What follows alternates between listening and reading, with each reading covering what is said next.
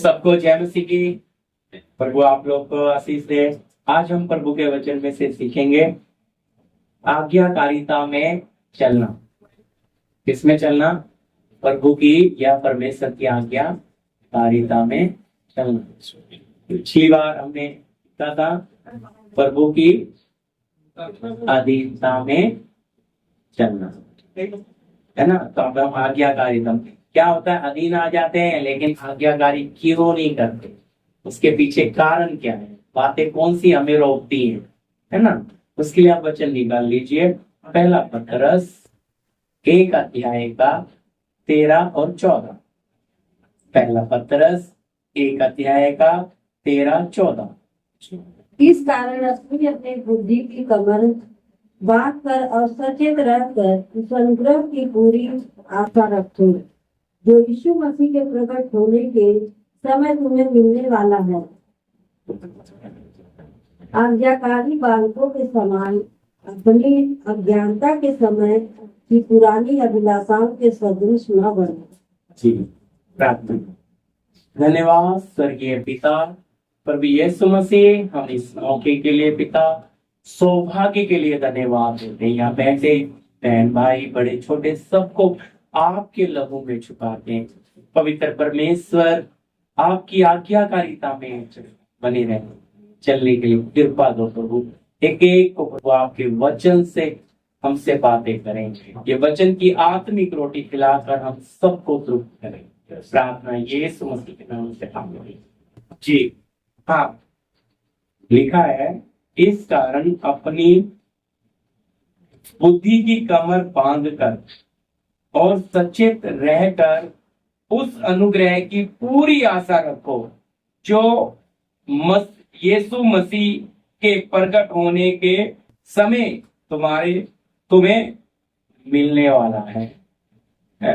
और आगे कह रहा है कि आज्ञाकारी बालकों के समान है अपनी अज्ञानता का मतलब समझते हैं ना,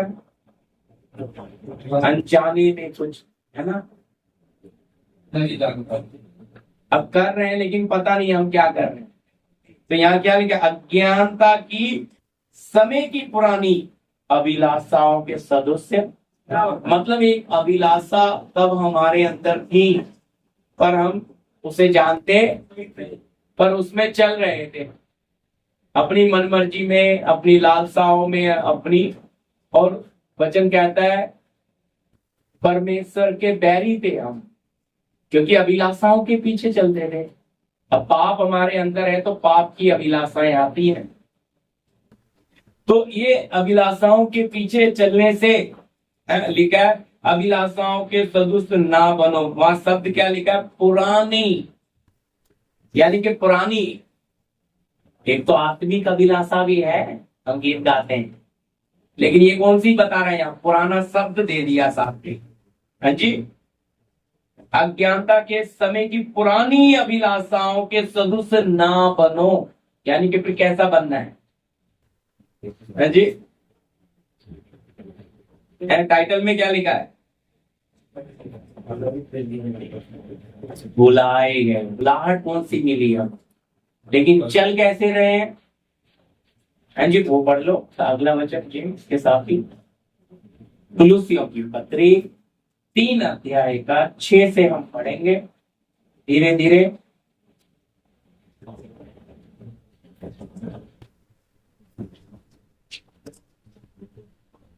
इन्हीं के कारण परमेश्वर का प्रकोप आज्ञा न मानने वालों पर पड़ता है। हाँ, इन्हीं के कारण परमेश्वर का प्रकोप आज्ञा न मानने वाले पर क्या करते हैं? क्योंकि पुरानी अभिलाषा अंदर पड़ी रहती हैं। उनको बहुत लोगों ने क्या नहीं किया है? इन अभिलाषाओं को क्रूस पे चढ़ाया, इन अभिलाषाओं के लिए मरे नहीं है, चल रहे प्रभु में। अब आप जब बुराई अंदर रखकर चल रहे हैं तो शब्द यहाँ क्या लिखा है? क्योंकि क्रूस पे नहीं चढ़ाया तो क्रूस पे चढ़ाने के लिए 5 में तो खुलकर बोलता है क्रूस पे चढ़ाने वाली बात। 5वीं पढ़ लो और ऊपर से लो। हाँ इसलिए इसलिए अपने उन अंगों को मार डालो जो पृथ्वी पर है। बस काफी है, इतना रुक जाए। ये है वो शक्ति शारीरिकता जो गलती 5:24 में लिखा है। जो मसीह यीशु के हैं उन्होंने शारीरिकता को उसकी अभिलाषा, वहां शब्द लिखा है अभिलाषा के साथ क्रूस पे। लेकिन बहुत प्रभु में ऐसे लोग हैं उनकी बुद्धि नहीं खुली, उनकी समझ नहीं खुली, प्रभु में चल रहे हैं और अपनी पुरानी अभिलाषाओं में ही चल रहे हैं।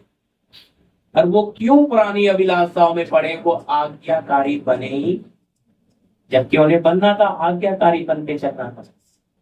प्रभु की आज्ञा मानेंगे तो इन अभिलाषाओं को अपने आप ही आप छोड़ेंगे, बाहर निकलेंगे।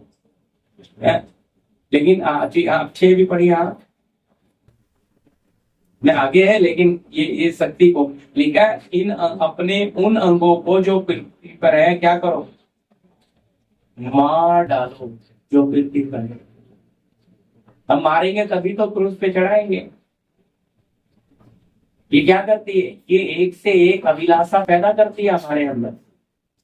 कपड़े की अभिलाषा कहां से आती है? बोलिए। है अच्छी अच्छी चीजों की इच्छाएं कहां से आती है? बाहर से आती है या अंदर से? अब अंदर से लाने वाला कौन है? यीशु क्या बोलते हैं? बाहर से कोई भी चीज तुम्हें अशुद्ध कर कहता है जो अंदर से निकलता है वही तुम्हें अशुद्ध करता है। क्योंकि अंदर से जलन कहां से आती है? नफरत, ईर्ष्या, गाली, ये सब कहां से आता है? और ये अंदर से ही आता है और हमें पापी अशुद्ध कर देता है। पर बाहर से कोई भी चीज अंदर जाने से हमें कभी अशुद्ध कर, यानी कि फिर अंदर कितना खतरनाक है, इस पे लोग ध्यान नहीं देते।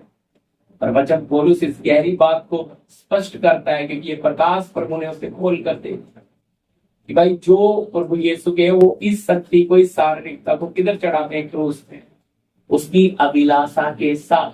लेकिन बहुत प्रभु में ऐसे लोग हैं जो प्रभु में तो आ गए, प्रार्थना तो करते, लेकिन चलते अपनी पुरानी अभिलाषाओं के। वो आज्ञाकारी बालकों के समान नहीं चलते। वो अपनी मन मर्जी छोड़ते, बोलेंगे हाँ हम नहीं अभी अपनी मर्जी निर्णय करेंगे, लेकिन जैसी प्रार्थना खत्म हुई बाहर निकले फिर अपनी मन मर्जी छोड़ते नहीं है, क्योंकि इस शक्ति ने उनको पकड़ रखा है। हालेलुया। और जब तक ये शक्ति से बड़े नहीं बनेंगे आत्मा में, ये शक्ति जाएगी। इस शक्ति से हमें लड़ना है। बोलने के लिए शारीरिकता तो बहुत बड़ी शक्ति है और ये तो कभी जाने वाली भी नहीं है। इसको तो हमें बस जिंदगी भर मारते ही रहना है। लड़ाई असली इसी के साथ है।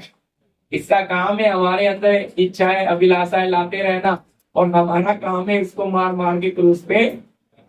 पर हम ऐसा नहीं करते। हम इस आत्मिक लड़ाई को नहीं लड़ते। क्यों नहीं लड़ते? इससे आगे पढ़िए। 6 पढ़ते चलेगा, 6 से पढ़ रहा हूँ।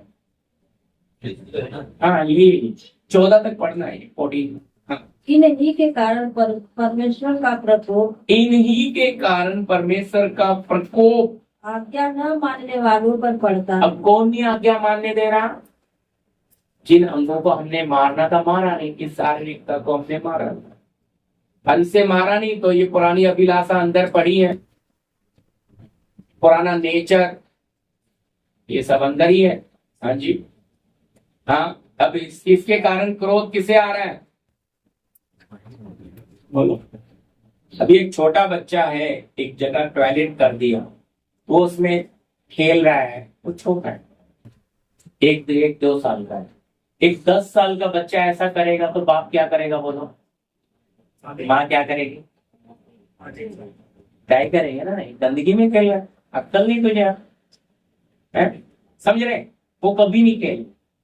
तो इसी प्रकार अगर हम प्रभु की पहचान में आ गए और गलती कर रहे हैं, क्योंकि जब हम अनजान थे तब हमें पता नहीं था, हमें सब पापा नजर आते थे। सब्जी वाला भी पापा, दूध वाला भी, चाचा भी, मामा भी, सब पापा। लेकिन अब समझ खुल गई। अब मामा को मामा कहते हैं, अंकल को अंकल कहते हैं, पापा को पापा कहते हैं। तो जब समझ नहीं थी तब माफी थी, अब समझ आ गई, अब माफी नहीं आप पड़ेंगे। क्योंकि अब जो तू कर रहा है ये क्या है, देखो बदतमीजी है या फिर आज्ञा नहीं मान, मतलब गलत काम करना है, या सही नहीं चलना है, मन मर्जी में चलना है। और मन मर्जी करना ही पाप है प्रभु की दृष्टि में। तो मैं ये उदाहरण दे रहा हूँ, मतलब बच्चे की टॉयलेट से, कि भाई प्रभु अब नहीं चाहता, पहले हम मन मर्जी करते थे, कोई बात नहीं, वो सब माफ है, अज्ञानता की बात। और उसी अभिलाषा में फिर चलेंगे तो प्रभु का क्रोध आएगा हम पे, आशीष नहीं आएगी। समझे? आगे बढ़िए। हाँ जी, टाइटल में देखो ऊपर क्या लिखा है इसके भी, पुराना जीवन और दोनों साथ साथ पढ़ूंगा आपके, इसलिए समझा रहा हूँ। हाँ जी, तो क्योंकि कैसा प्रभु को चाहिए, मैंने आपके सामने टाइटल लगा, आज्ञाकारिता में चले, परमेश्वर की या प्रभु की। तो हम क्यों नहीं चल पाते? ये अभिलाषा, ये शक्ति हमें हर कदम पर रोकती है। प्रार्थना करने बैठोगे आपको नींद ले आएगी, बाइबल पढ़ते समय आपको नींद ले आएगी। आप कोशिश करेंगे, क्योंकि ये नहीं चाहती कि आप आगे बढ़ो, ये चाहती है आप बस प्रभु को तो मानो, लेकिन उसके वचन पर चलो मत। वचन तो सुनो, लेकिन उसको अपने जीवन में लागू करो। ये इस शक्ति का कार्य है।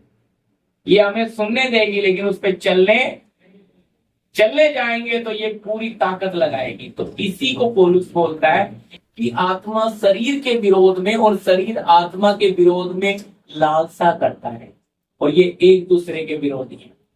फिर इसी को पौलुस लिखता है रोमी 8:13 में, कि पढ़ लीजिए चाहे उसको, इसको होल्ड करके इसी बात को, क्योंकि ये लड़ाई है, ये अंदर है। अब ये लड़ाई, अभी कुछ लोगों को लगता है हाँ जरूर इसने कुछ गलत किया होगा। अब जब उस अंधे को देखा लोगों ने, तो यीशु के चेले पास आए, बोलते हे प्रभु, इसने पाप किया था या इसके माँ बाप ने किया था कि ये अंधा पैदा हुआ? तो यीशु का शब्द था कि ना तो इसने पाप किया है और ना इसके माँ बाप ने किया, पर यह अंधा इसलिए पैदा हुआ कि प्रभु की महिमा इसमें। समझे? अभी हम तो सबको, मैंने फिर बोलता हूँ, सोचेंगे भाई नींद आ रही है, जरूर पाप में पड़ा होगा, तो नींद आ रही है ना? लेकिन ये नहीं पता वो दिल से प्रभु को जानना चाहता भूखा है। और ये शक्ति, पूरी ताकत, लड़ाई किधर हो रही है? अंदर। और अंदर वाली शक्ति की ताकत बारे यार, ये भी आगे पढ़िए बहन, उसी को। और रोमियो की पत्री 8:13 बोला है जी, क्योंकि यदि तुम शरीर के अनुसार दिन काटो, यदि तुम शरीर के अनुसार दिन काटोगे तो मरोगे, पक्का मरोगे। हाँ जी, यदि आत्मा से देह की क्रियाओं यदि को मारो, पवित्र आत्मा या आत्मा के द्वारा देह यानी कि शरीर की क्रियाओं को मारोगे तो जीवित रहोगे। मारोगे तो जीवित, है ना? हमने कुलुसी 3:5 में भी पढ़ा, इतना सही पढ़ाया मैंने। इसलिए अपने उन अंगों को मार डालो जो वृद्धि करे, यही है। इसे आत्मा के द्वारा अगर देह की क्रियाओं को मारेंगे, क्रियाएं कैसे होती हैं? हलचल होता है ना, कुछ विचार फट करके आता है। यहाँ बैठे अच्छा विचार है, बाहर निकलोगे तो मोबाइल देख रहे हो, तो कोई फोटोएं देख रहे हो, तो चलते चलते कुछ सीन आ गया, कुछ अलग बातें आ गई, तो विचार आ रहे हैं। ये कहाँ से आ रहा है? क्रियाएं हो रही है ना। अब उस क्रिया को आपने मारना है। अरे ये क्रियाओं को, विचारों को लाने वाली ताकत किधर है? बाहर नहीं है, कोई अंदर ही है हमारे, है ना? यीशु ने बोला, मैं फिर से बोलता, अंदर ही से निकलता है सब, कोई है अंदर निकालने वाला ना। इसी को बोलते हैं शारीरिक शक्ति। ये एक शक्ति है। हम वचन में अभी समझ रहे हैं कि देखो, पुराना जीवन और नया जीवन, प्रभु के ये शक्ति हमें कभी आज्ञाकारी बनने, आपका प्रार्थना का समय आएगा, ये आपके शरीर में दर्द लाने कहेगी, मत, अभी आप आज बहुत थक गए, कल कर लेना ना, सुबह उठ के कर लेना, सो जाना। मीठी मीठी बातें करती, और आपको भी लगेगा हाँ यार सही बोल रहे हैं। अभी आधा बैठ के फुल्की मारूंगा, बच्चे भी हंसेंगे, सो जाता। प्रार्थना कैंसिल करा दिया आपकी से, और आपको पता भी नहीं लगा। जबकि आप उस दर्द में, उस तकलीफ में बैठते तो आशीष डबल मिलती, लेकिन इसने बाधा डाल दी। बारिश बहुत तेज हो रही है, थोड़ा सा आप बिस्तरे से, बारिश हो रही है आज रहने देते हैं, अगले संडे चले जाएंगे। कौन बोल रही है? यही शक्ति बोलती है अंदर, कोई और नहीं है प्रियो। आपके अंदर देखो दोनों विचार पढ़ेंगे नहीं, आपको पता है गलती 5 का 17 है ना, आत्मा शरीर के विरोध में से। तो ये जब अंदर चल रहा है, लिखा आत्मा के द्वारा देह की क्रियाओं को मारेंगे तो ही जीवित, जीवित का मतलब है तभी अनंत जीवन में जाएंगे। अगर आत्मा के द्वारा, पवित्र आत्मा के द्वारा हम शरीर की क्रियाओं को नहीं मारेंगे तो पक्का आत्मिक जीवन में मर जाएंगे। यानी कि प्रभु को तो मानते हैं, प्रार्थना तो करते हैं, लेकिन जैसा चलना है चल, क्योंकि विरोधी कोई बाहर नहीं खड़ा है, लहू मांस की लड़ाई नहीं है, अंदर से आ रहे हैं विचार, वही आपको अशुद्ध कर दे रहे हैं, वही आपको गुलाम बना दे रहे हैं, वही आपको लालची बना दे रहे हैं, वही आपको अभिलाषाएं पैदा कर रहे हैं। अब लड़ाई किधर? अंदर। लड़े किससे? आत्मा से हो सकते हैं। आपका निर्णय, इसलिए आपका विचार, आपके जो निर्णय है ना, यही आपको प्रभु तक पहुंचाएंगे। और आपके निर्णय ही, निर्णय समझते ना हिंदी, अगर आप निर्णय गलत ले लेते हो तो गलत। देखो ट्रैक दो ही रास्ता है, चौड़ा या सकरा। आपने निर्णय ले लिया यार दुख में नहीं जाएंगे, सुख की तरफ दो से आगे खाई। शैतान यही चाहता था, शारीरिकता चाहती थी सुख में विशिष्ट हो, और परमेश्वर चाहता था मेरा बच्चा तकलीफ की तरफ आए ताकि मैं उसके साथ। और 98% लोग चौड़े रास्ते को पसंद करते हैं, 2% ही लोग हैं जो जीवन के रास्ते को पकड़ते हैं। तो इसलिए वो शरीर की इस लड़ाई में आगे नहीं चल पाते, जय नहीं पा पाते। और वचन कहता है जो जय पाए वो मेरे साथ मेरे सिंहासन पे बैठेगा। अब जय पाने के लिए क्या हमने किस पे पाना है? शरीर पर जय पानी, शरीर की बातों पर जय पानी है, नासवान चीजों के ऊपर आना है, उसको बोलते जय पाली। और जो नासवान चीजों में पड़ा है, अभिलाषाओं में पड़ा है, लालसाओं में पड़ा है, वो अभी जय नहीं पाएगा, है ना। वो चल रहा है प्रभु के साथ, लेकिन जब वो यहाँ फंसा है तो फिर कैसे होगा? वो प्रभु की आज्ञा, फंसा हुआ व्यक्ति, इसलिए नया जीवन पर वो क्या नहीं कर पाएगा? आज्ञाकारिता में चलेगा, वो समझौता करेगा। समझौता कौन करवा रहा है? यही सारे हमारे अंदर ही एक कानून बैठा है जो हमें क्या कह रहा है? प्रेरणा दे रहा है, नहीं नहीं प्रभु को मानने के लिए ना बहुत उम्र पड़ी है, आप प्रभु के पीछे बात, पहले थोड़ा फीचर बना लो ना, थोड़ा जीवन के बारे में देख लो, परिवार के बारे में देख लो।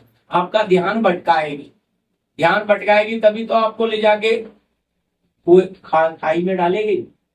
पर अगर आप ध्यान देंगे तो भटकोगे नहीं आप।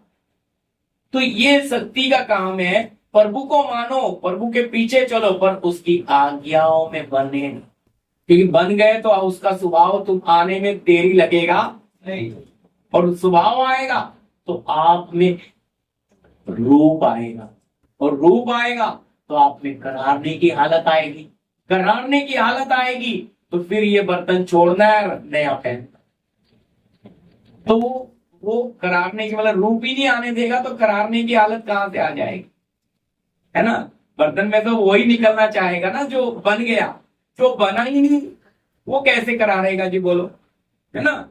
समझ आ रही ना मेरी बात? मैंने बोला चूची का बच्चा जो मुर्गी का बन गया 19 दिन में, अब वो 19 दिन में वो उसके मन की इच्छा है कि ये मैं करार रहा हूं, मुझे इस अंडे से बाहर निकाल दो बस। उस पे अब ये बर्तन मेरा मिट्टी होने वाला है, कोई इनसे सोना पिनाए कुछ भी पिनाए, ये बर्तन क्या बोलेगा? भाई नहीं, मुझे इसमें से बाहर। समझ आ रही बात? उसी का मतलब है करारना। पर करारना उस लेवल पे पहले हम पितरी मनुष्य में पूरा रूप तो आ जाए, हमने पूरा यीशु तो आ जाए, तब वो हालत आएगी। तब उस व्यक्ति को यहां से रहने में मजा नहीं आता, अपने असली घर जाने का आनंद है। वो इंतजार करता है प्रभु कब ये बर्तन टूटे और मैं वो करहा रहा। हालेलुया। वो अपने आत्मिक घर में, स्वर्गीय घर में जाना चाहता है। अब वो इस पृथ्वी से उसका पूरा, इसीलिए जैसे ही पूरा रूप आया टक करके ये बर्तन सीधा फिर वो विश्राम में चला। बच्चन कहता है कि क्या होगा, रूपांतर यानी कि स्वर्गीय देह तैयार है उसके लिए। तो अगर नासवान को छोड़ेंगे नहीं तो अविनाशी पहनेंगे भी नहीं। तो ये करारने की हालत में लोग पहुंचते ही नहीं है, क्योंकि उनमें शैतान से ये अंधकार की शक्तियां रूप बनने नहीं देती। आज आप देखेंगे कलीसिया में बहुत ऐसे लोग प्रार्थना करते लेकिन उनमें मसीह नहीं दिखता। क्यों? आप देखोगे पूरा मसीह का मतलब है उनमें ईश्वरीय प्यार नहीं है। आत्मा में जागते नहीं रहेंगे तो समझौता, ये समझौता करना सिखाती है कि नहीं नहीं प्रभु के पीछे भी चलो, थोड़ा मनमर्जी भी करो, थोड़ी प्रार्थना भी करो, थोड़ा पाप भी करो। ये आपको प्रेरित करके, प्रेरित सब समझते हैं किसी को उत्साहित करना। हाँ, ये आपको ये शक्ति करती है, आपसे बातें करती है और आप इसकी मान ही लेते हो। मैंने बोला ना अभी, अरे हाँ तो बदन में फोन करते हो, अरे नहीं चल आज नहीं जाऊंगी, अगले हफ्ते चली जाऊंगी संडे। क्यों? इसने प्रेरणा दी, आपने मान ली, और फिर उसके बाद अगले उससे अगले हफ्ते और नहीं अभी अगले फिर ऐसे ही करते करते वो आत्मा पूरा ठंडा हो जाता है। फिर 2-2 महीने भी नहीं जाते, कोई फर्क ही नहीं गिरता। लेकिन अगर जाने लगे, आत्मा, पवित्र आत्मा हमें चलाने आया है, हमें हमारे पिता के रूप में बदलने आया है, हमारे अंदर से पुराना स्वभाव निकालकर हमें नई सृष्टि में तब्दील करने आया है। वो हमारा अध्यापक है, हमारा टीचर है, वो हमारा इंजीनियर है। उसे पता है हमारे जीवन में कौन सी कमी कब निकालनी है, तो वो करने आया। लेकिन लोग उसको काम कौन नहीं करने देता? हम नहीं, यही सारे देता।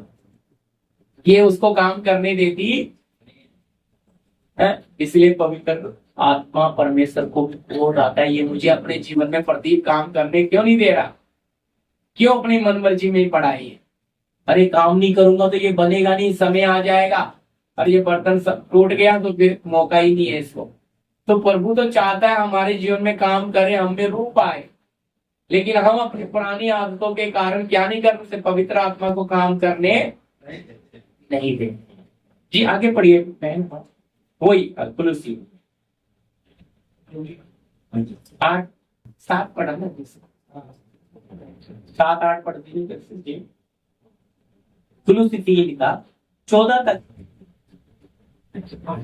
पढ़िए। और तुम भी जब इन बुराइयों में जीवन बिताते थे तो इन्हीं के अनुसार चलते थे। हाँ, और तुम भी जब इन बुराइयों में जीवन बिताते थे तो इन्हीं के अनुसार चलते थे। किनके अनुसार? मन मर्जी, अपनी इच्छा, अपनी, किसी का नहीं सुनते थे। हम माँ बाप भी कितना भी बोले बेटा नहीं, वो जो नहीं बोलते वही करेंगे। जहां बोलेंगे नहीं जाके खेलना उधर ही खेलेंगे। इधर जो सब अपनी मन मर्जी करते थे पक्का है। तो इसी तरह पहले ऐसा चलते थे, लेकिन अभी आगे, हाँ आगे जी। पर अब तुम भी इन सब को अर्थात क्रोध, हाँ, पर अब तुम भी इन सब को अर्थात क्रोध, रोष, बैर भाव, निंदा और मुंह से गालियां बकना ये सब बातें छोड़ दो। हाँ देखो जी, वचन कहता है नया और पुराना जीवन कि प्रभु में तो आ गए हैं, लेकिन ये पुरानी बातें हमारे अंदर पाई जाती हैं। तो वचन कहता है कि अब क्या करो? रोष, बैर, भाव ये सब निकाल दो। क्योंकि आप, और ये निकालने के लिए आप जब मन तैयार करोगे, पवित्र आत्मा तुरंत उसको निकाल।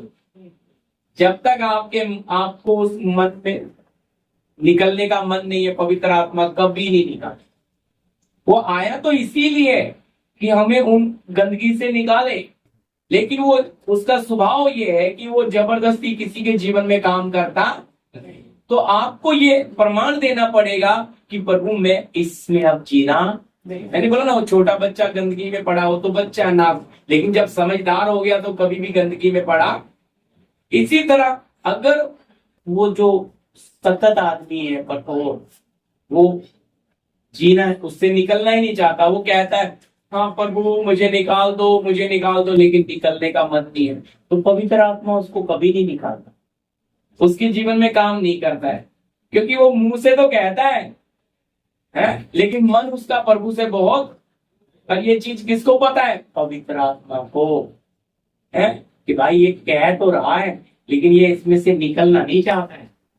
इसलिए जब तक इसके अंदर वो मन नहीं आता कि मैं इसमें से है, इसलिए कहता है नहीं मैं गाली देना नहीं चाहता, लेकिन ऐसा माहौल आ जाता, मुंह पे आ जाता।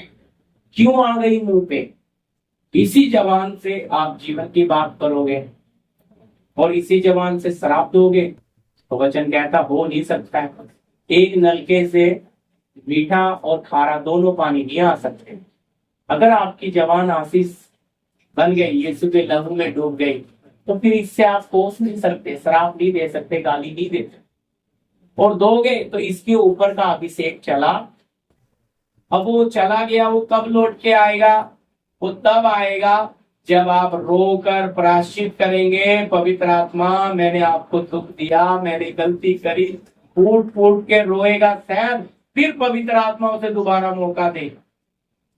क्योंकि हमारे शब्दों में भी शक्ति होती है प्रियो, और शैतान ये शारीरिकता चाहती है ना ना, मैं तो इसकी जवान को पूरा मलिन करके रखूंगी। मलिन का मतलब है गंदा, ताकि इस पे आत्मा का कार्य हो ही ना।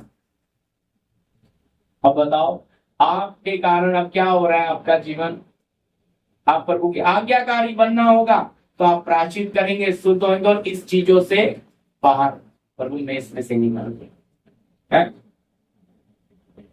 अभी किसी की जवान स्लिप होती है जवान, तो अगर ऐसा हो गया तो भी दुख आना चाहिए कि प्रभु मुंह से क्यों एकदम गाली आ गई है, मुझे नहीं देनी थी। पर पवित्र आत्मा जानता है मेरी बेटी मेरा बेटा देना नहीं चाहता था, जवान स्लिप हो गई, तो भी वो प्रायश्चित करेगा कि नहीं प्रभु तेरा अभिषेक इस जवान से जाना चाहिए। लेकिन यहाँ तो भाई अच्छे से दबा के झगड़ा करके सो भी जाते हैं अच्छे से, फिर भी कोई फर्क गिरता नहीं है। क्यों ऐसा होता है मालूम है? शक्ति हमें तसल्ली देती, कहते नहीं नहीं नहीं तूने ठीक किया है, तू ना गलत नहीं है, अगर तू ऐसा नहीं करेगी दबा देंगे ये लोग, आपको प्रभु में चलने भी नहीं देंगे, तुम इनका क्यों सह रहे हो, तो तुमने ठीक बोल लो। एक झूठी तसल्ली दे देगी और आपने झूठी तसल्ली पाई, मस्त कराटे मार के सो जाओ। सुनिए, झूठी तसल्ली में जीते हैं लोग। किसने? शारीरिकता पे, लेकिन आत्मा आपको कायल करेगा तुमने गलत किया, तुमने गलत किया। यह शुभ समाचार, पवित्र आत्मा पाप के विषय में इसीलिए आया है, कायल करेगा कि नहीं तो उसने किया तो किया, तूने क्यों किया बेटी बेटा। पवित्र आत्मा वो, लेकिन ये शारीरिकता उस आवाज को दबा देती है प्रियो। और बहुत लोग ऐसे हैं जो शारीरिकता की आवाज को, इस शक्ति की आवाज को ही पवित्र आत्मा की आवाज समझते हैं। हाँ पवित्र आत्मा सही बोल रही है, थोड़ा बहुत तो बोलना चाहिए, थोड़ा बहुत। अरे अगर हमने उसको बदले में उसने 10 गाली दी, हमने 2 दे दी, तो पवित्र आत्मा कब उस लड़ेगा जाके? वचन में लिखा है बदला लेना मेरा काम है, हमने खुद ही ले लिया तो वो क्यों आएगा फिर कर? कहते चल प्रदीप जब तूने किया तू ही कर। और अगर हम चुप रह गए, स्वर्ग लेगा उससे, पर हम चुप रहे तब पवित्र। लेकिन अब शैतान शारीरिकता क्या चाहते, तू प्राण में लड़, तो ये हमारे मुंह से कुछ ना कुछ निकलवा, और जब निकाल देते तो पवित्र आत्मा हट जाती है। फिर हम वो देखते रहते हैं उसने हमारे साथ गलत किया है, उसका पूरा हो ही नहीं रहा है, हो ही नहीं रहा है। निन्वे की तरह है, निन्वे नासी नहीं हो रहा है, नासी नहीं हो रहा है, तो मैंने श्राप दिया ऐसे नाश कर। निन्वे ने बैठ के पश्चाताप कर लिया है जानवर तक, उनको तो दयालु ईश्वर है, इसे गुस्सा आ रहा है नबी को, इसलिए आगे फिर उसका नाम नहीं है। वो चाह रहा था कि क्या करे, बोला है तो नाश कर, और ये दयावंत ईश्वर है भाई, है? तो आपने प्रभु, उसने मेरे साथ गलत किया है, आप उसे माफ कर प्रभु, उस पे सजा मत लाना। और फिर उस पे सजा आए भी तो भी प्रार्थना करना, प्रभु जाने दे, से माफ करो, क्योंकि ये तो अंधेरे में। पर हमारा स्वभाव ऐसा नहीं होता, हाँ देखा मेरे साथ ऐसा किया था, तो प्रभु भी तुरंत उसको छोड़ देता है, इधर पकड़ लेता है। अरे वो तो अंधेरे में वो पापी था, मैं उसको मार भी रहा हूं, तो तू खुश क्यों हुआ? तो वचन में लिखा है, जब प्रभु तेरे विरोधी को सजा दे तो तेरा मन अंदर से खुश ना हो। कहीं ऐसा ना हो उसको छोड़ के वो तुझे पकड़ ले। समझा नहीं बात? कई बार देखो किसी को गलती में पिटाई करते हैं, तो पिटाई कर रही है, माँ कर रही है या बाप कर रहा है, बहुत गुस्से में, तो बाजू वाली पड़ोसन कोई आ गया और छुड़ाने लगा तो दो चार उसी को लग जाते। ये इसी तरह की बात। प्रभु उस न्याय कर रहा है, ये खुश हो गया, ये पापी था, पर ये पापी था, तू प्रार्थना तो तुझे तो दिखता है ना, पर तू चाहे तो उसको माफ। पर तेरा मन क्यों खुश हुआ? खुश होने के कारण उसको जोड़ दिया, इसको पकड़। तो प्रभु के कार्य को हमें समझना है। हालेलुया। इसलिए अगर किसी बुरे व्यक्ति पे भी सजा आ रही है तो भी प्रभु इसे माफ कर, इसे मौका दे प्रभु। इसलिए जो किया अनजाने में किया, मुझे गाली भी दी, मेरे साथ जो भी किया मैंने माफ किया प्रभु।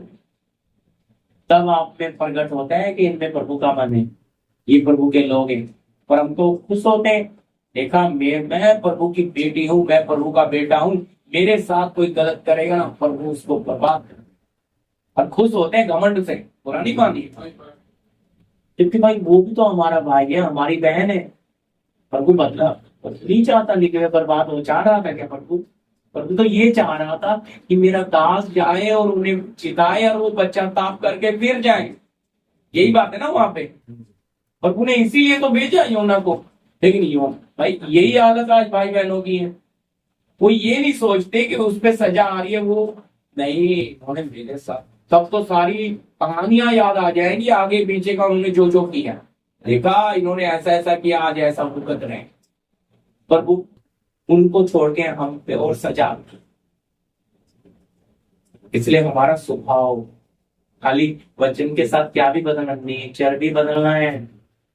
इसलिए पुरानी बातों से निकलना है बाहर, और नई बातों में, जीवन की बातों में जाना है हमें। जी आगे पढ़िए बहन।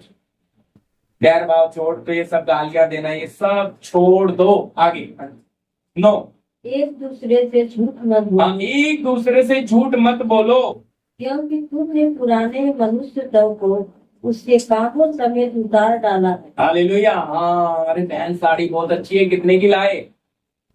नहीं नहीं बहन, ये तो 2500 की है। आई कितनी थी? 1500। ये 2500 की है, खड़ा के बता दे, क्योंकि रेट उस पर 2500 ही लिखा था, तो डिस्काउंट करके दिया है। लेकिन बताएंगे कितने की, थोड़ी पेनल्टी बने। हाँ 2500 का ड्रेस दिया, सोटिया। मेरी बात समझना, ये प्रभु के लोगों में होता है। चीज लाए लेकिन बड़ाई करते हैं, हम इतने की लाए, वो उतने की नहीं बताएंगे कि हमें ऑफर में मिल गई, हमें सस्ते में मिल गई, हम इतने की लाए। हृदय की सच्चाई से नहीं बोलेंगे। यहाँ क्या लिखा है? एक दूसरे से झूठ बोलना। हाँ जी, प्रभु के लोग, हम प्रभु के लोगों में, मसीह लोगों का जीवन में हमेशा याद रखना, अगर हमारी जबान पे झूठ आएगा तो प्रभु का आत्मा काम करेगा नहीं। जी आगे बढ़िए। हम एक दूसरे से झूठ बोलना छोड़, क्योंकि तुम पुराने मनुष्य को उसके कामों समेत उतार डाला। हाँ, तो पुराना मनुष्य क्या था? जो पुराना मनुष्य करवाने वाली अभिलाषाओं के अनुसार भ्रष्ट होता जाता था, उसको आपने क्या कर दिया? उतार दिया। लेकिन आज भी फिर उसी में क्यों चल रहे हैं? यानी कि पूरा उतारा नहीं है, आधा ही उतरा है लगता है। इसलिए हालत ऐसी है कि वो आ जाता है, तो फिर इसका मतलब खतरा है। इसलिए हमारा व्यवहार भी प्रकट करता है कि नया मनुष्य आया है या नहीं। जी आगे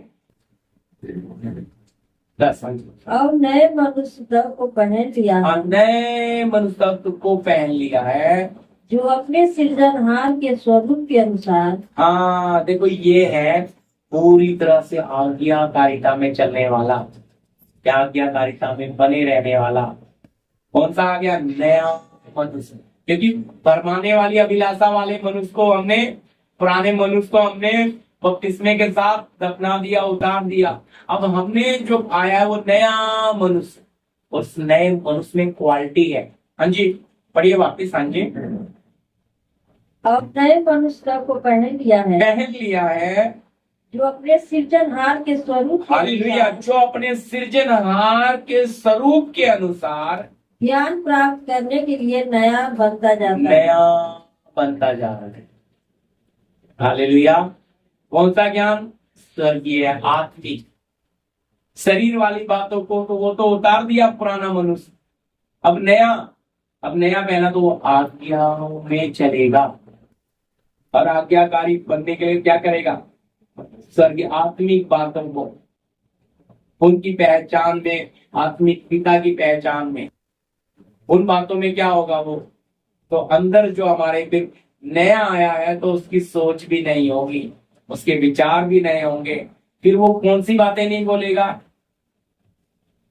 शरीर की, मैं इस जाति का हूँ, मैं फलाने धर्म का हूँ, मेरे फलाना इतना पढ़ा लिखा हूँ, मैं इतना सुंदर हूँ, मैं इतना पैसे वाला हूँ। ये नहीं आएगा। आगे पढ़ लो, क्योंकि वो नया तो 11। उसमें न तो यूनानी रहा, हाँ जी, अब न यहूदी, हाँ न खतना, हाँ, न खतना रहित, हाँ न जंगली, हाँ न स्तुति, हाँ, न दास और न स्वतंत्र, ना स्वतंत्र। हालेलुया, केवल मसीह सब कुछ और सब में। हालेलुया। क्या हो गया? जिसमें नया मनुष्य आया है उसमें कोई जंगली नहीं है, कोई दास नहीं है, गुलाम नहीं है, कोई बड़ा नहीं, यहूदी नहीं, कोई जात नहीं है भाई। सबका, नए मनुष्य आए हुए व्यक्ति का सबका सिर कौन बन गया? यीशु। इसलिए एक आत्मा, एक पिता, एक प्याला है। हालेलुया। तो ये तो उनमें ये खूबी दिखेगी कि उन्हें अब ऊंच नीच से, बड़े छोटे से, काले गोरे से कोई लेना देना नहीं। पर अगर हम भेदभाव करते हैं तो वचन कहता है पाप कर। तो अगर पाप करते हैं तो फिर हम कौन सा मनुष्य हमारे अंदर? ये स्वर्गीय आया हुआ पाप करेगा? पुराना है, धोखा हो गया। हम बोलते हैं हमें नया मनुष्य आ गया, लेकिन शायद नए मनुष्य की शुरुआत भी हुई। क्यों नहीं हुई? क्योंकि अंदर का पुराने को निकाला ही नहीं। पुराना निकाला नहीं तो नया आएगा। नए को जगह देनी है तो पुराना निकलना है। इसलिए पुराना और उसकी अभिलाषाओं के साथ उतार देते हैं उसको कि अब तेरी नहीं चलेगी, अब किसकी चलेगी? जो दिल में आए, नया मनुष्य प्रभु यीशु की चलेगी, वो मन को चलेगी। तो इसलिए अभी जाति का बड़ापन, सारी चीजों से इंसान मसीह व्यक्ति के ऊपर आ जाता है। नहीं तो फिर ऊंची जाति वालों में खड़े हो जाएंगे, अपने आप को नीचा समझेंगे, ये तो बड़े लोग हैं, ये ठाकुर है, ये वो है। क्यों? अभी तक ये व्यक्ति का मन बदला ही, इसका उद्धार नहीं हुआ जो ऐसा सोचता है। क्योंकि प्रभु ने एक बनाने का मतलब क्या? हम प्रभु में एक हो। अब वो बात वो मन में आएगी नहीं, तो छोटा बड़ा ऊंच नीच। पर बहुत प्रभु के लोग हैं जिनमें आज भी ये बातें पड़ी है, तो उनमें रूप आएगा? नहीं आएगा प्रिय, क्योंकि इन बातों के ऊपर वो आना भी नहीं चाह रहे। इसलिए ऊपर टाइटल में लिखा है भाई, पुराना जीवन और मिक्स चलते हैं ये लोग। उस समय भी कलीसिया में चल रहे थे, आज भी चलते हैं लोग। आज ज्यादातर लोगों को मिलावट वाला ही ज्यादा पसंद है। खाना तो नहीं कहते जी हमारे बस का नहीं। मिलावट में चलेंगे, चाहे बेशक प्रभु के राज्य में ना पहुंचे, फिर भी कौन सा चाहिए? मिलावट वाला। क्योंकि खाना ज्यादा कड़वा है, कड़वा किसी को अच्छा नहीं लगता है। आगे पढ़ना मैं इसलिए परमेश्वर के चुने हुओं के समान इसलिए परमेश्वर के चुने हुओं के समान जो पवित्र और प्रिय है, हालेलुया, जो पवित्र और प्रिय है, बड़ी करुणा और भलाई, हाँ देखो जी, नए मनुष्य में जो प्रभु की आज्ञाओं में चलने वाला भीतरी मनुष्य पाया हुआ, उसमें बढ़ने वाला चलने वाला व्यक्ति कैसा है, उसका नेचर देखो थोड़ा। वो पुरानी बातों को उतार दिया तो कैसा बन गया। हाँ जी, वापिस पढ़ दीजिए लेना वहीं से आप। इसलिए परमेश्वर के चुने हुओं के समान परमेश्वर के चुने हुओं के समान जो पवित्र और प्रिय है, पवित्र है। सबसे पहली बात, वो व्यक्ति अपने पवित्र जीवन पे ध्यान देता है, वो समझौता नहीं करता, अपनी पवित्रता को भ्रष्ट होने नहीं देता, कोई गलत विचार अंदर नहीं जाने देता, कोई गलत काम होने नहीं देता, अपने आप की चौकसी करता है, क्योंकि उसे पता है प्रभु का बीज वचन मुझ में आया है, जीवन आया है, और इस जीवन को मुझे संभाल कर कैसे चलता है, जैसे एक प्रेग्नेंट स्त्री चलती है, जब उसके पेट में बच्चा होता है तो अपने आप को बहुत संभाल के चलती है, वजन नहीं उठाती, लेटने में भी बड़ी दिक्कत है उसे, क्योंकि वो अकेली नहीं है, उसमें एक जान है। तो इसी तरह अगर आप में उद्धार आया, जीवन आया है, तो आपको कितना संभल के चलना चाहिए। अब आप वैसे नहीं हो जैसे पहले, अब बहन को किसी को बच्चा नहीं, कैसे कूदती है फिरती, लेकिन अब बच्चा पेट में है तो कैसे चलती है, बोलो। सब कुछ सारा कुछ चेंज हो जाता है, वैसा नहीं रहता। इसी तरह उद्धार पाया हुआ व्यक्ति का सारा कुछ बदल जाता है। तो कहते नहीं नहीं, ये उद्धार पाया हुआ है, ये प्रभु की बेटी है। हमारा जीवन बताएगा, हमें मुंह से कुछ नहीं बताना पड़ेगा। इस तरह प्रेग्नेंट बहन को बताने की जरूरत नहीं है, पेट हो उसका शरीर ही बताना।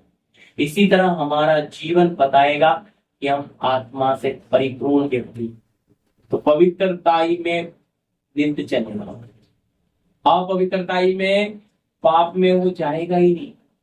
इसलिए लिखा है, इसलिए परमेश्वर के चुने हुओं के समान जो पवित्र और प्रिय है, हाँ जी, बड़ी करुणा, बड़ी करुणा बड़ी करुणा और भलाई और देखो दीनता, गुण देखो, उनमें बड़ी करुणा है, भलाई है और दीनता है, यानी कि दीन है जी,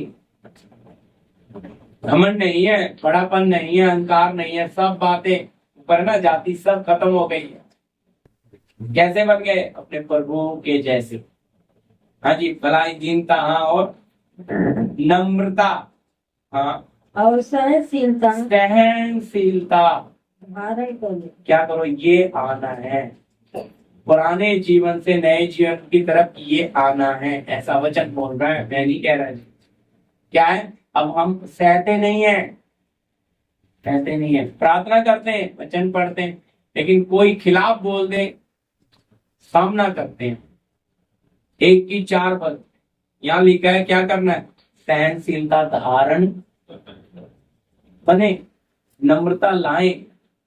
हाँ जी, तो ये कब आएगा, जब आप प्रभु की आज्ञाकारी बनोगे, अपने आप आ जाएगा, आपको कुछ नहीं करना पड़ेगा। लेकिन आज जो हम सीख रहे हैं, प्रभु में आज्ञाकारिता में चलना, तो आप आज्ञाकारिता में चलना शुरू करो, अपने आप ही ये चीजें हालेलुया। पेड़ को अच्छा पानी देते हैं तो फल पेड़ थोड़े ढूंढने जाता है, बोलो। फल तो कौन, जड़ पानी बेचती है, जड़ सारा कुछ उसको देती है, और ऊपर फल मिठास भी कहां से आती है, बोलो। सब कुछ जड़ ही बेचता है उसे, हाँ? इस तरह प्रभु कहता है हमारा रिश्ता है, जैसे जड़ पेड़ से अलग हो गई, खत्म है, ऐसी अगर हम प्रभु में उसकी आज्ञाकारिता में नहीं बनकर चलेंगे तो हमें कुछ भी नहीं, खराब हो जाए, मन मर्जी और इच्छा और अभिलाषाओं में ही चलेंगे। जी हाँ, तो तेरा, हाँ जी। और यदि किसी को किसी पर दोष, हाँ देखो, अभी पुराना मनुष्य और नए मनुष्य देखना, आज्ञाकारिता में चलने के लिए ये भी एक दिक्कत है। यहाँ लिखा है, यदि किसी को, हाँ जी, और यदि किसी को किसी पर दोष देने का कारण हो तो एक दूसरे की सह लो। एक दूसरे की सह लो। तभी आपको ये भी करना जरूरी है, समझे? दूसरे की गलती दिख रही है लेकिन उसको सहना क्यों है? प्रार्थना करें, प्रभु हम सह रहे हैं तो इस बहन इस भाई को मौका, समझे? इसलिए वचन मैंने आपको बताया अभी सवाल में कि अगर कोई कमजोर है तो समझदार उसे क्या करें? कोमलता से संभालें। अगर कोई बहन है, भाई है, विश्वास में कमजोर है, पुराना प्रभु में चलता होगा लेकिन कमजोर है, तो उसे ऐसा मत करो कि पूरा नाश ही हो जाए, और उसे संभाल लो कि वो वापस ताकतवर हो जाए। हालेलुया। हमारा पिता हमें मौका देता तो हमें भी, तो इसलिए एक दूसरे की क्या कर ले? सह लो। मैं नहीं कह रहा, वचन क्या आगे। और एक दूसरे के अपराध क्षमा करो। हाँ, अब एक दूसरे की गलती भी माफ करो। सहना काफी नहीं है, सह लेते हैं लेकिन माफ नहीं करते हैं। माफ कर देंगे तो भूलेंगे नहीं, लेकिन भाई वो पुराना जीवन छोड़ना है तो भूलना पड़ेगा। माफ किया है तो दिल से, मैंने आपको पढ़ाया है इसके बारे में, आगे चलिए। जैसे प्रभु ने तुम्हारे हाँ, जैसे प्रभु ने तुम्हारे अपराध क्षमा किए हैं वैसे ही तुम भी करो। हाँ, जैसे पिता ने किया ऐसा हम भी करें। आगे जी। इन सब के ऊपर प्रेम को जो सिद्धता का कटिबंध है बांध लो। तो प्रभु के लोगों में नए जीवन में अगर आपको उसकी आज्ञाकारिता में बने रहना है तो प्रेम का कटिबंध बांध लो। क्योंकि प्रेम क्या करता है? सारी बातें सह लेता है, सब बर्दाश्त करता है, सब पर विश्वास है। प्रेम एक ऐसी ताकत है, एक ऐसी ऊर्जा है जो शैतान नहीं दे सकता लेकिन हमारा परमेश्वर देता है। तब आप उनकी गलतियों को, कमजोरों को भी सह लोगे, नहीं तो आप में नफरत आ जाएगी, जलन आ जाएगी और आपको भी बढ़ने नहीं देगी और उसका भी जा जाएंगे। वो वचन की आत्मिक बातें नहीं होगी, गलतियों की बातें होंगी। तो इसलिए इन बातों को प्रभु आप अपने समय पे बदलने वाले ईश्वर हैं, आप काम करो जी। ईपीसी 4 का 18-19 दो ईपीसीओ की पत्री उसका 4 अध्याय का 18-19। क्योंकि उनकी बुद्धि अंधेरी हो गई। हाँ, देखो आपके पास प्रेम का कटिबंध होना है क्योंकि उनकी बुद्धि, यहाँ लिखा है, अंधेरी हो गई। और उस अज्ञानता के कारण जो उनमें है, हाँ जी, और उनके मन की कठोरता के कारण वे परमेश्वर के जीवन से अलग किए हुए हैं। हाँ जी, और वे हाँ हाँ, सही पढ़ रहे हो, सही पढ़ और वे सुन होकर नुकसान में लग गए हैं। हाँ, देखो क्या हो गया है।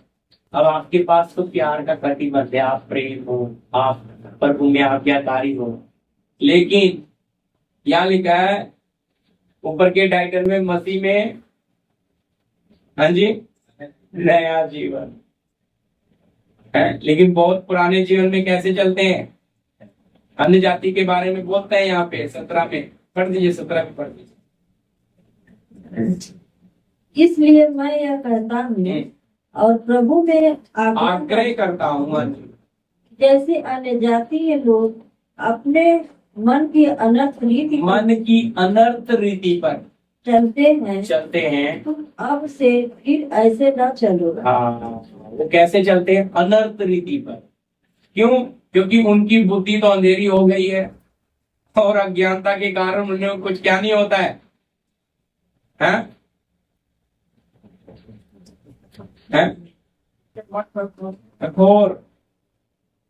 कठोरता के कारण परमेश्वर के जीवन से क्या है? अगर हम भी कठोर दिखाएंगे तो जीवन जाएगा उनके पास।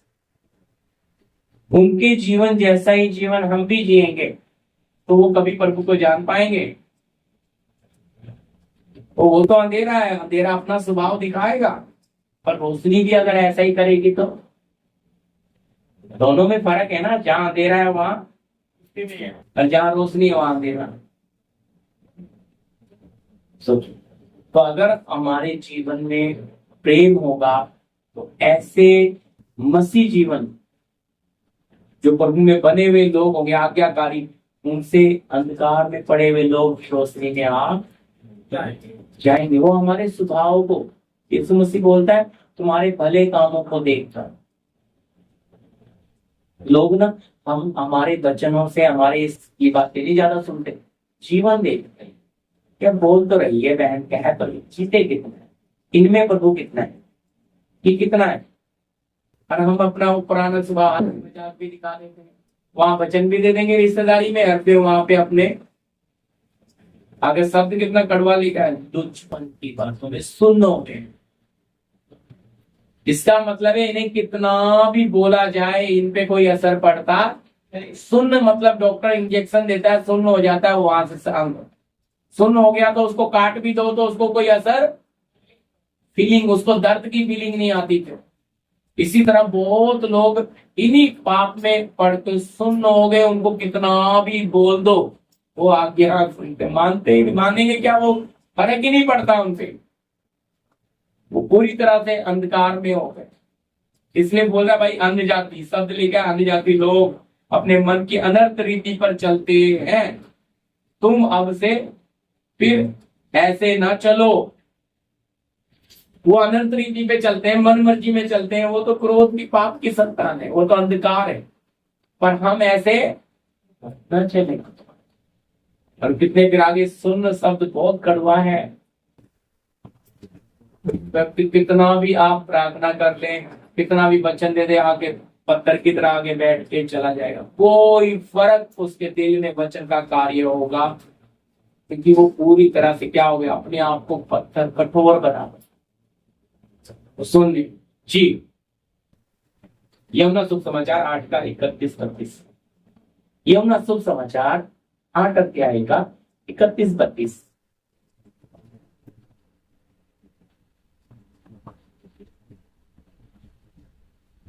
जी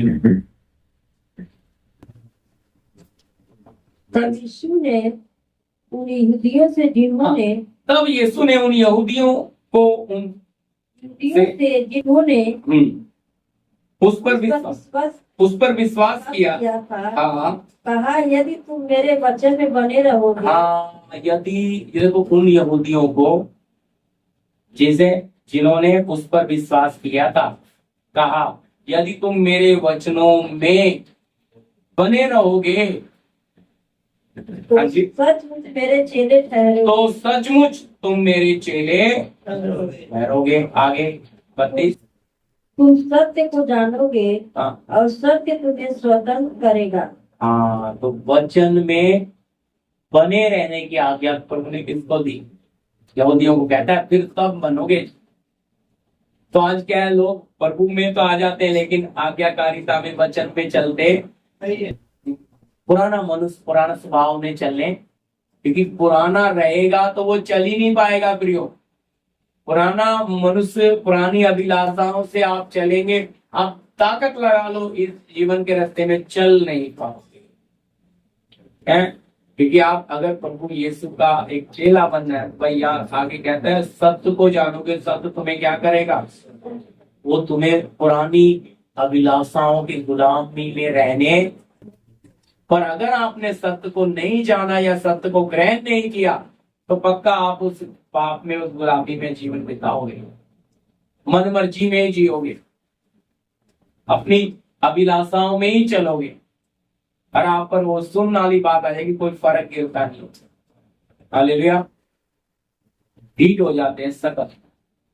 तो इसलिए वो कितना भी कर लो, कितना भी बोले, वो आज्ञाकारी बन पाना उनके लिए, प्रभु के जीवन में जाना है तो आप आज्ञाकारिता में बने रहो, तब स्वर्ग आपके लिए रास्ता बनाएगा, हर बात में तुम्हारे आगे आगे हो। हालेलुया। देखो मैं और थोड़ा सा बात करना चाहता हूँ 5 मिनट। जी लीजिए नीति वचन लास्ट 3 का 1 से पढ़िएगा। नीति वचन 3 अध्याय का 1 से, नीति वचन 3 अध्याय का 1 से, भजन से ही तक के साथ।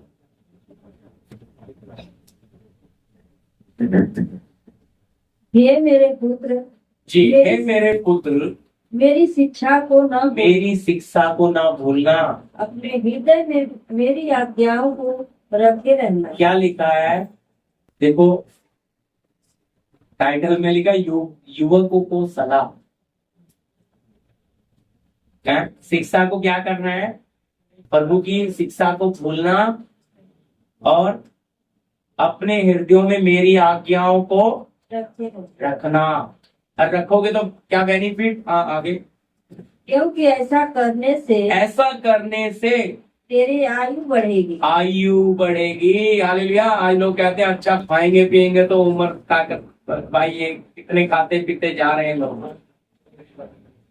आयु कब बढ़ेगी? जब आप प्रभु की आज्ञा में बने रहोगे, वो आपको बढ़ाएगा, जीवन में भी बढ़ाएगा। इसलिए कहता हाँ जी आगे। और तू अधिक कुशल से रहेगा। अधिक कुशल से भी रहेगा अगर आज्ञाकारिता में बने रहो। हाँ जी। कृपा और सच्चाई तुझसे अलग न होने का। हालेलुया। कृपा है, आपके अंदर बहुत कृपा होती है। आप सच्चाई पे चलने वाले होंगे। अगर आज्ञाकारी होंगे तो ऑटोमेटिक कृपालु होंगे आप। हालेलुया। सच्चाई आपसे कभी अलग होगी नहीं। सच्चाई कौन है? मैंने आपको 32 में पढ़ाया, सत्य को जानोगे। सत्य कौन है? सत्य तो यीशु। इसलिए सच्चाई तुमसे क्या नहीं होनी? यीशु आपसे अलग नहीं होना प्रिय। हाँ जी। वरन उनको अपने गले का हार, हालेलुया। वरन उनको अपने गले का हार बनाना और अपने हृदय रूपी पट्टियां अपने हृदय रूपी पट्टियों पर लिखना। हाँ जी। तो तू परमेश्वर और मनुष्य दोनों का अनुग्रह पाएगा। हालेलुया। हम किस पे या इस बात पे मैं विचार कर रहा था दोपहर जब पढ़ा ना, बहुत देर सोचने लगा तो ये क्या है? लिखा है तो तू परमेश्वर और मनुष्य दोनों का अनुग्रह पाएगा। है? अब परमेश्वर का अनुग्रह तो है? अब परमेश्वर के अनुग्रह में चल रहे हैं, हंस खुश है, सब कुछ है। लेकिन संसार में जीना है तो प्रभु ने हमें अलग अलग जगह पे रखा। तो हमारे ऊपर कोई होते हैं कि नहीं? यूसुफ नौकरी कर रहा था, कोई था उसके ऊपर जेल के ऊपर, क्या किया पिता ने उसके ऊपर? आप बिजनेस कर रहे हो, काम कर रहे हो, आपको जो देने वाले उनके अंदर कृपा बढ़ जाएगी, वो आप पर उतारता आपको ज्यादा महत्व देंगे। ये कौन करेगा? देखो आशीष कैसे आती है, पर अगर हमारे में सच्चाई नहीं होगी, आज्ञाकारी नहीं होगी, तो हमें ढूंढ के जाना पड़ेगा काम। अगर हम सही है तो काम हमें ढूंढ के आएगा। समझ रहे? हम क्यों? प्रभु हमें है तो हमारी जरूरत मांगने से पहले लाने वाला ईश्वर है। तो मैं इस बात को पढ़ के बड़ा मन में खुश हुआ है, हर्षित हूँ। बस प्रभु हम आपका अनुग्रह मांगते थे, लेकिन मतलब हमारा विरोध नहीं, हम पे और लोगों का भी क्या करोगे आप? हम पर अनुग्रह रखोगे जो हमारे समय पे खड़े रहेंगे हमारे लिए। हालेलुया। तो ये भी प्रभु का ही कृपा है। मैं कह रहा, आप वचन कहता तुम्हारे विरुद्ध 1000, तुम्हारे निकट 10,000, तो भी तुम पे कोई हानि है। इतना अनुग्रह उनके अंदर, पर ज्यादा बात नहीं करते थे लेकिन बहुत प्रेम से बोल। क्यों मालूम है? व्यवहार। दोनों पड़ोसी, एक टीचर थी, वो भी एक एयरपोर्ट में काम करता है, प्रदीप भाई, ब्राह्मण है, खड़क लोग थे, लेकिन कैसे वो बोले और आके बात करते थे, घर में बैठते थे। तो मेरा आपको बोलने का मतलब, प्रभु आप अब कई जगह पे विरोध हो जाएगा, आप अकेले हो, आपके चारों ओर आने जाती, प्रभु कृपाल अनुग्रह देके लोगों को आपके लिए खड़ा कर देगा तुरंत। ये ऐसा अद्भुत ईश्वर है। और आप जिसके बारे में सोचते रहोगे ये मेरे टाइम पे आएगा, वो दिखेगा भी नहीं कहीं। बुरा नहीं मानना मेरी बात भाई, बाप पर भरोसा रखो। आप बाजार में खड़े हो, 4 आपके पक्ष में खड़ा कर देगा। मैं बड़ा खुश हुआ ये पढ़ के, तो सच में आप मतलब ऐसे लोगों को भी खड़ा करता है। हालेलुया। और करता है। हाँ जी आगे पढ़ 6 तक, लास्ट के बच्चे। तू अति बुद्धिमान होगा। तू अति बुद्धिमान होगा। तू अपनी समझ का सहारा न, अपनी समझ का सहारा ना लेना, वरन संपूर्ण मन से यहोवा वरन संपूर्ण मन से यहोवा पर भरोसा रखो। हालेलुया। क्योंकि हमारी बुद्धि के अंदर शारीरिकता है, हमारे बुद्धि में पाप का अंश है, इसलिए बच्चे प्रभु चाहता है हम अपनी बुद्धि का सहारा ना ले। हाँ जी, वरन संपूर्ण भरोसा अपने प्रभु पर रखें। लास्ट, उसी को स्मरण करके उसी को स्मरण करके सब काम करना, हालेलुया, सब काम करना। तब वो तेरे लिए सीधा मार्ग निकालेगा। हालेलुया, ये ईश्वर है। आप जब कोई भी काम करने जा रहे हो उसको याद करके आगे रखकर चलो, देखो आपके लिए सब रास्ते अपने आप ही खुलते जाएंगे। और ये उन्हीं के लिए साथ होगा प्रियो जो प्रभु की आज्ञाकारिता में बने रहते, और जो मन मर्जी में जीते हैं तो वो फिर पुराने मनुष्य में चलते रहते हैं प्रभु में, लेकिन उनके लिए कोई रास्ता खुलता नहीं है और उलझते ही चले जाते हैं और परेशान। ठीक है, कोई इसमें सवाल है तो पूछिए, खत्म करेंगे, समय हो गया है। आइए लास्ट प्रार्थना मनोज कर। धन्यवाद करते हैं मेरे पिता, पवित्र परमेश्वर, राजाओं के राजा, सर्वशक्तिमान प्रभु यीशु मसीह, धन्यवाद करते हैं प्रभु आज के इस विषय के लिए। हम आपका धन्यवाद करते हैं प्रभु, जो आज्ञाकारिता का विषय है प्रभु, जो आपने हम सब के बीच में आपके दास के द्वारा प्रभु प्रकट किया, इसके लिए सारी महिमा आदर आपको देते हैं। हम चाहते हैं कि प्रभु हम सब आपके अधीन होकर प्रभु आज्ञाकारिता में बढ़ते जाए प्रभु। प्रभु आपने आज्ञा देकर प्रभु आप शांत बैठे हैं प्रभु। प्रभु हम वो आपके वचन में हम देखते हैं कि प्रभु हम सब मनुष्य को सामने प्रभु आपके सामने हम सबको प्रकट होना है पिता। हम सबके सामने न्याय है मेरे पिता। प्रभु हम जैसे हम आपकी आज्ञाओं को मानेंगे प्रभु, वैसे वैसे हम सब आशीष पाकर प्रभु आपके समान बदलते जाएंगे। आपका वचन हम सब के लिए आज्ञा है मेरे पिता, इसे हम पूरी रीति से पूरा करें प्रभु। जो भी हमारे जीवन में प्रभु कच्चापन है, जो भी कमी है मेरे पिता, आपकी आत्मा के आगे सब खत्म होकर प्रभु हम सब प्रभु आपकी आज्ञाकारिता में बदल जाएंगे। हम पवित्र जीवन जीने के लिए प्रभु आपको हम अपने आप को आपके हाथों में सौंप देंगे। हम आपके पास मर्जी इस जीवन से प्रभु पूरी हो करके आपको पसंद करने वाला हम सब का जीवन बन जाएंगे। आप हमें सिखाएं प्रभु, और वचन का प्रकाशन हमें दे प्रभु, कि हम आपको और करीबी से जानकर प्रभु आपकी आज्ञाकारिता में हम बढ़ने पाए। प्रभु आपने सब वचन जो दिया है प्रभु हम सब के लिए एक आशीष का कारण हो प्रभु। हमारे जीवन में समर्पण आएगी प्रभु, हम आपकी अपनी मर्जी को पूरी तरह से त्याग कर प्रभु आपकी आज्ञाकारिता में पवित्र जीवन जिए। सहायता और मदद करे प्रभु, हर एक को आशीष करे प्रभु। अपने आप को आपके दास को हर एक भाई बहनों को जो हम आपको उपस्थित है प्रभु, और जो नहीं आ पाए सबको आपके हाथों में सौंप दो। प्रार्थना यीशु मसीह के नाम से मांगते हैं, आमीन। अब पिता का प्रेम, पुत्र का अनुग्रह, पवित्र आत्मा की सहभागिता, संगति हमारे साथ तमाम संत लोग के साथ प्रभु यीशु के दूसरे आगमन तक होता रहे। आमीन। सबको जय मसीह।